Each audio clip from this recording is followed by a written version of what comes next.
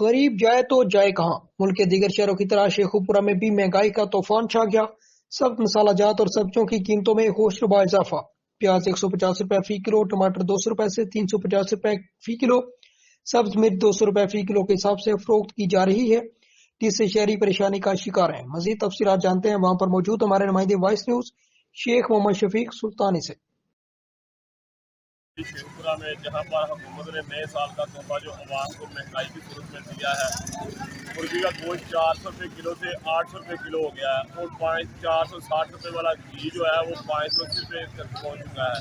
इस पर जो आवाम का रद्द-ए-अमल है, आए उनसे जानते हैं कि क्या हाल है। ਅੱਗੇ ਠੀਕ ਆ ਭਾ 2025 ਦੇ ਵਿੱਚ ਜਿਹੜਾ हुकूमत ने तोहफा दिता महंगाई का, ਉਹਦੇ ਬਾਰੇ ਤੁਹਾਡਾ ਕੀ ਖਿਆਲ ਹੈ? ਭਾਜੀ ਮੈਨੂੰ ਤਾਂ ਕੋਈ ਸ਼ਾਇਦ ਨਹੀਂ ਦਿੱਤੀ ਹੈਗੀ। कुछ शायद नहीं थी नहीं 400 रुपए किलो वाला गोश्त किला 800 रुपए किलो हो गया। हाँ 400 का गोश्त किला 800 रुपए किलो हो गया। अच्छा ਉਹਦੇ ਬਾਰੇ ਕੀ ਤੁਹਾਡਾ ਖਿਆਲ ਹੈ? मेरा फेरा नहीं आवाम ने अच्छा किया कि बुरा किया की कमेंट्स दे रहे हो ਭਾਜੀ की करना चाहिए हुकूमत ਨੂੰ ਹਕੂਮਤ ਨੂੰ ਪੁੱਛਣਾ ਚਾਹੀਦਾ ਭਾਜੀ ਇਹੀ ਕਿ ਤੁਸੀਂ ਸਾਡਾ ਸਤਿਆਨਾਸ਼ ਕਰ ਦਿੱਤਾ, ਇੰਨੀ ਮਹਿੰਗਾਈ ਕਰ ਛੱਡੀ, ਸਮਝ ਆਈ।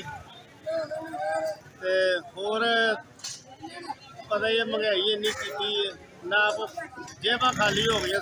ਮੈਂ ਮੌਜੂਦ ਹੂੰ